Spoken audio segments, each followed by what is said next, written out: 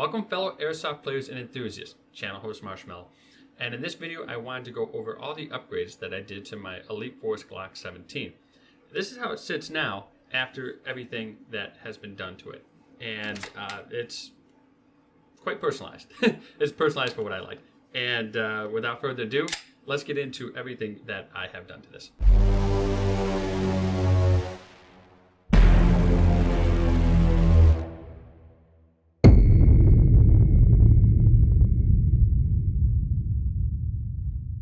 Alright, so here sits the Glock, everything being stock. At this point I haven't made any changes, and I have sitting on the table here the first bit of drop-ins that I'm going to do. One being the Glock speed trigger. You'll see that on the top right area there. And some Maple Leaf products. This is the Maple Leaf Hopup, wheel, bucking, and their barrel. These are all upgrades that are going into it. And here's a little bit better picture of those products. Now these you can get from multiple different retailers. Some of them might be a little bit harder than others. I think some of this I actually got off of the Hopup app, but this is a thing. Now I got two different buckings there. You can see on the left there's the 50 degree and then the 60 degree. I'm not sure which one it's going to like more. So at the time I figured I might as well just at least get both and then I can try it. So here's breaking down the top. Now the top here is, it can be a little tricky on how to break it down, but when you pull it back, just a little bit like you would with your normal Glock, and then you can slide it forward. Now it's, like I said, very, very tricky. Even I still have the issue with it. What I can say is that on a typical Glock, usually you drop the trigger and then you're able to do it, but that's not the case with these. You have to actually have that pulled back and then drop that slide forward. So I'm not going to waste too much more time on that, but that's basically it. So here it is broken down. And the first thing for replacing the trigger or dropping in an upgrade like I did here is you will see the bigger the two pins on the bottom. You need to punch that out. And there's a certain size that goes through, whether it's on the left or right, but you can find out by just starting to lightly tap on it, you'll be able to get to that setup. And here's just a quick inside view of the lower. Now also in the back here, this is where the hammer is. Anytime you're going to be doing these kind of drop-ins like with your trigger, there's a bar that goes across that will come to the back of that as well. You can see it's very, very roughly at the top right. So this needs to come out too. You'll see a screw that's up on the top right. That needs to be taken out first. And then this is just the side view as well. There's a pin on that right side that needs to be taken out too. Without taking that pin out, that will not be removed. So here's with that screw out. And this is what it looks like once you've taken it out of your Glock. Now this literally just, it pulls right up. But there's that little spring. Don't lose that. If you lose that, you're going to have to order more. And I think Amped Airsoft was the only place I ever found any. So these are just this screw and that pin that I was telling you about.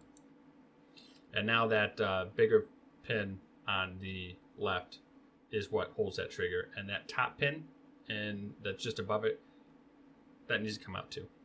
That holds your magazine or your slide lock. And here's your slide lock with the all the parts and whatnot, just set there to that side.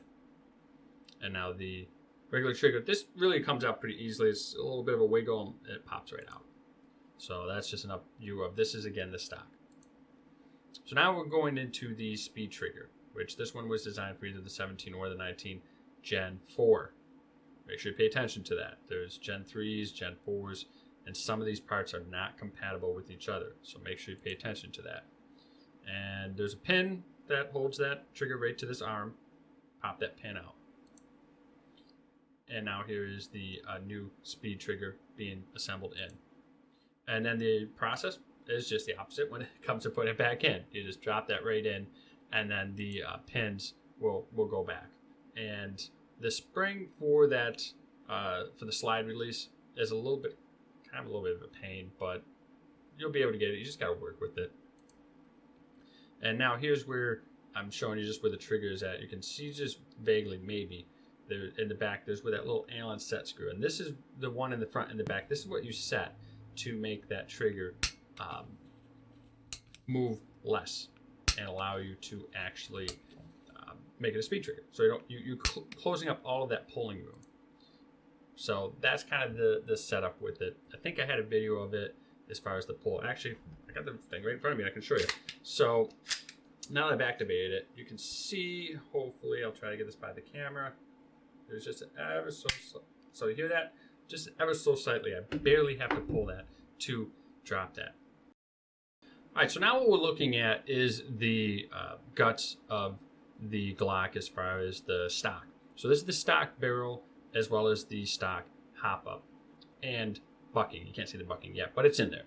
And the black tube on top of that, that is the stock exterior barrel. And of course the upgrade parts are sitting on top.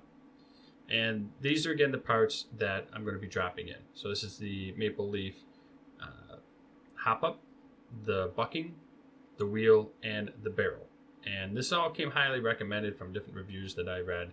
That's supposed to increase accuracy, distance, etc. So, which is yet to be tested, but it's supposed to be an upgrade nonetheless. So here's the parts all out of the bags and whatnot. When you're doing this, definitely do it on a surface that things won't roll away or escape on it, because as you can tell, they're very small. Very, very small. Now this is the hop-up. When you take those two screws out, it just kind of flops open like this. And from here, the bucking actually goes on the barrel fairly easily. Just like your AEGs, there's only one way it can go on.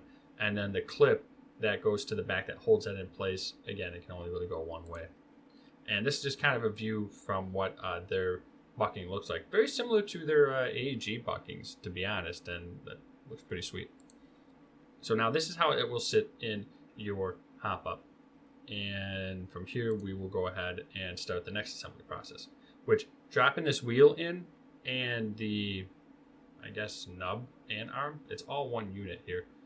But this was kind of a little challenging, mostly on the vertical aspect. Like, it's kind of hard, but when you put it in there and hold it together, you'll be able to get it. And this is just kind of a side view of what that looks like.